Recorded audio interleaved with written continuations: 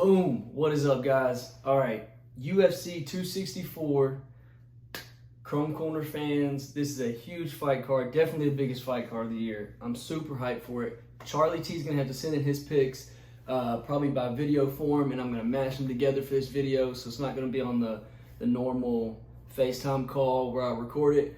But let's just get rolling from top to bottom. I mean, early prelims, there's good names. Prelims, there's good names. Main card, there's good names. So if you know much about MMA, you're probably going to have a bunch of fights you're looking forward to in this.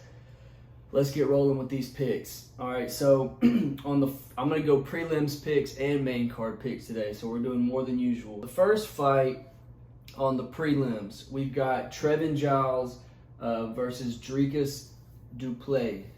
Trevin Giles, when I watch him, he's got explosiveness in him, and he jumps into a lot of his shots, which is kind of a unique thing. Instead of just a straight jab, he jumps into his jab, or he jumps into his cross, and so I feel like it gives him more power than he would normally have because he does that. But I feel like it's a dangerous technique, really, to have. And Dricus looks a lot more technical in the stand-up game, but I don't know that he even though he's coming off of a recent knockout, I don't know that he's as powerful or as athletic. I'm gonna go with Giles, and I think he gets it done TKO in the third round. Next, we've got Ryan Hall versus Ilia Topuria. So Ryan Hall is a guy who hadn't been able to get a fight for a long time. Ryan Hall has been campaigning and basically begging people to fight him forever. He's been around for a while. He's beaten some big names. His ground game, if you don't know who Ryan Hall is, look him up. He will rip people's limbs to shreds. His jiu-jitsu is off the charts. And he does a pretty good job of keeping his distance from people because he's not the best stand-up fighter, but he does a pretty good job keeping people away with his kicks. He does a lot of spinning kicks, a lot of push kicks, high kicks, things to kind of keep himself at range until he wants to dive in and get that jiu-jitsu going. Ilia, I don't really know as much about that fighter, but he tries to rush in from what I've watched in his videos. And Ryan Hall is just pretty good at not engaging, and when you rush in, he's going to just grab your legs, go to the ground, and he's going to submit you. And when he grabs people's legs, he submits them ridiculously fast. So I'm going to go Ryan Hall all day on this one. What's up, everyone? UFC 264 fight day. Charlie T, Chrome Corner MMA, here to make my preliminary picks. Gonna run through them real fast. I got Ryan Hall beating Topuria. Next fight, again, a great fight. I mean, we're just moving through, and every one of these fights I can't wait to see. And this is the prelims. So Nico Price versus Mikel Pereira. I'm gonna go Nico. I think this is kind of a toss-up fight, though. I think Pereira is a lot faster. I think Pereira is definitely going to hit Nico in this fight. Nico gets hit a lot in his fights.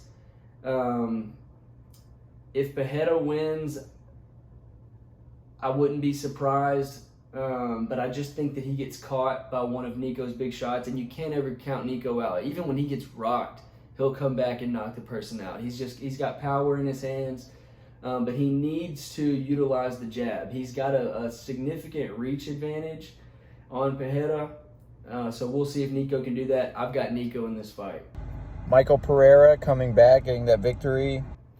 Next fight, we've got Carlos Condit, the legend, one of the OGs of the MMA game, versus Max Griffin, a younger fighter who's not too young. He's not too fresh. He's been around. He's had 7 or 8 or so UFC fights, something like that. So he's still a younger guy. I'm going to go with Max Griffin. Carlos Condit had a tough run until he fought the 2 other OGs, 2 other older guys lately, in Court McGee and Matt Brown. So I'm going to go with Max Griffin. I think the young bull comes in and puts the older guy down. And throwback Carlos Condit walking out a winner tonight. Those are my preliminary fight picks. Boom. Now, UFC 264 main card. First fight on the main card. We've got a big time up and comer that a lot of people know. You probably know him from having the same hair as Tekashi 6ix9ine, the rainbow hair, but now he changes his hair every single fight camp, it seems. So we've got Sean O'Malley, also known as Sugar Sean O'Malley, versus Chris Moutinho, who Moutinho is his first fight in the UFC. He's taking this on short notice. I think it's like a 10-day notice. And he's taking advantage of being able to get an opportunity to go get in the UFC. So this is a huge opportunity for him. No one's heard of Chris Moutinho. Good luck to him. You know, he's going to have to show out, and it's going to be tough to do against a guy who's a really good prospect in Sean O'Malley, but great opportunity for him, you know. And I've got O'Malley easily in this fight. I think unless some miracle happens and O'Malley's too cocky and gets caught with something, I think O'Malley dominates the fight, and I think he knocks him out in the second round. I'm going head kick KO second round. I mean, I don't know what this fight is supposed to be. I mean, a lot of people are saying that O'Malley's being protected by Dana White. It sure seems like he's being thrown an easy opponent. I mean, he's an elite level striker. Yeah, I don't see this being much of a fight. I wish he was fighting a better opponent, but yeah, O'Malley by knockout, second round, maybe third, but yeah, easy knockout. Next fight, we've got Irene Aldana versus Yana Kunitskaya. Try to say those names 5 times fast. I'm going to go with Aldana in this fight. I think she's got some good power in her hands. Her hooks look powerful and impressive. Sometimes people just have a certain stature and a certain build to them to where when they throw their hook, it just seems like it generates more power. And I don't know. When I watch Aldana, I mean, that's getting super technical and it's only one strike. But when I watch Aldana, I see that. And she did a great job of knocking out Ketlin Vieira, who's an upcoming prospect herself. I know Kunitskaya beat Ketlin Vieira as well, but it was by decision. I see Aldana winning this one. I'm taking Aldana in the second fight. I think she's better on her feet. It's an interesting fight because if it goes to the ground, Yana has a slight advantage, but I think if they stand up, which I predict will happen, I think Aldana wins this by decision. We got Tai Tuivasa versus Greg Hardy, the big boys in this one. We've got some heavyweights that are going to throw heavy leather. These guys are going to be trying to knock each other the F out. And it's just who lands first and who can follow up. And then other than that, it really comes down, in my opinion, to if someone gets tired first because these guys are so big. Tuivasa is a crazy man, and Hardy is as well. Not the biggest fan of Hardy necessarily because of his past, putting his hands on women, things like that. But as a Christian, we're supposed to forgive. So we'll give Hardy his chances to prove to the world he's not that dude. But this is a fight, and Hardy's a tough SOB. So I'm not gonna lie, I was leaning a little bit Hardy, but my heart says Tuivasa, and I'm gonna roll with my heart this time. Not always the best choice, but I'm hoping Tuivasa gets him. I think maybe in the later rounds. I think Tuivasa, although both these guys are heavyweights, I think Tuivasa is gonna have better cardio. I think he's been around the block a little more. We've seen Hardy falter pretty quickly in fights as far as his cardio. And Tuivasa's only KO loss is to JDS, Junior Dos Santos, which is a veteran in the game who's got some of the best boxing in that division. So I don't see Hardy having that level of boxing to get to Tuivasa. I think Tuivasa puts him down. Note, it's definitely worth noting though, Tuivasa's got a 5.5-inch reach disadvantage. Hardy's got some really long arms, so if Hardy can utilize his reach, it might be a long night for Tuivasa. Next fight, surprise pick. I'm taking Greg Hardy, a Millington guy, Millington, Tennessee. Greg Hardy by decision. I know Tuivasa has incredible knockout power. He's displayed that before, but Greg Hardy has just been getting better every fight, even regardless of him sneaking a puff of his inhaler in his one fight. I really like his stand-up. He's even getting better on the ground, but I think he's going to take a big step forward in this fight. So I'm taking Greg Hardy by decision. We've got Gilbert Burns, the former title challenger, just lost to Kamaru Usman, TKO, versus Stephen Wonderboy Thompson, the former kickboxing world champion. Burns, I see him having a tough time getting inside. Thompson has one of the best games at keeping people at bay and keeping people at a distance with his karate stance and karate style that he has. One of the only people to be able to get on him was Anthony Pettis, your boy right here, but Anthony was also losing the fight up until the point where he caught Stephen Thompson. So I see Wonderboy just being too long for Burns. I think he's going to be the next champ at 170. I think he's going to make his way to Kamaru Usman. And it's just going to be at that point up to Kamaru Usman to be able to defend the title. I think Stephen wins, Wonderboy Thompson wins this fight. And then they might give the next fight to Colby Covington. And then I think after that, it's going to be Wonderboy in line. I think he poses the best challenge to both a Colby Covington and a Kamaru Usman. But it's tough to doubt any of those guys on that list. Those three guys are all great fighters. So I see Wonderboy getting it done with a second round TKO. I think this is going to be the best fight on the card.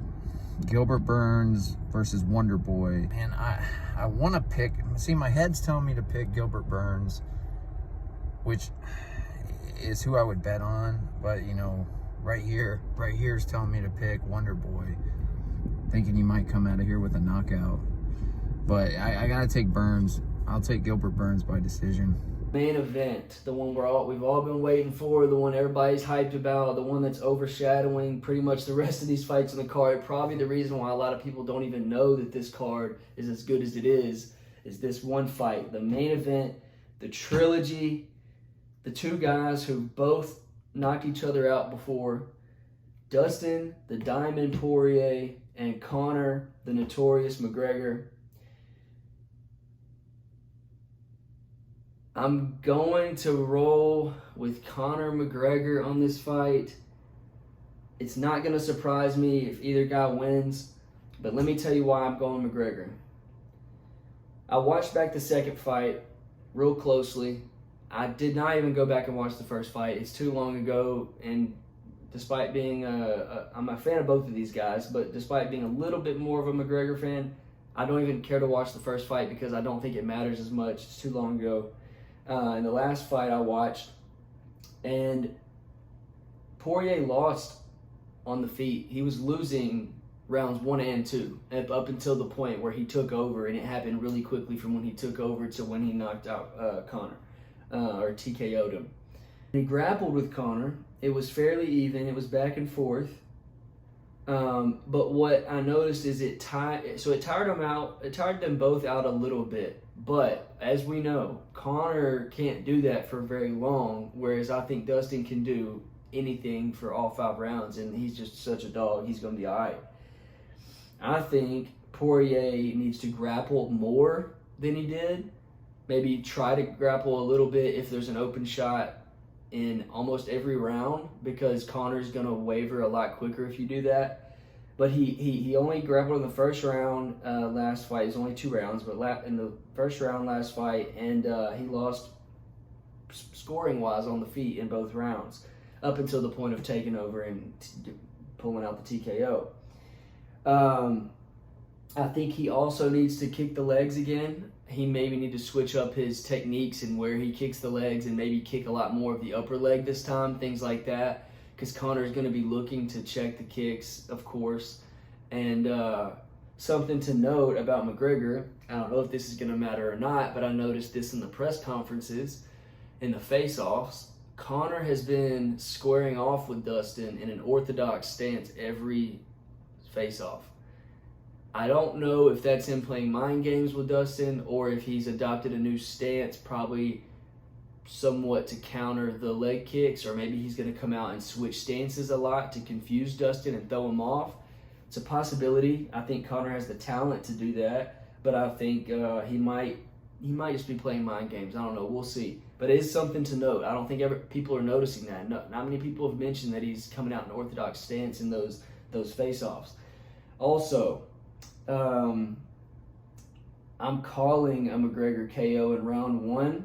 I think he's going to show a lot more kicks in this. I think he's going to be better than he was even last time at staying away from the takedown. I think he comes out fast and hard. I think it's going to be up to Dustin to weather the storm.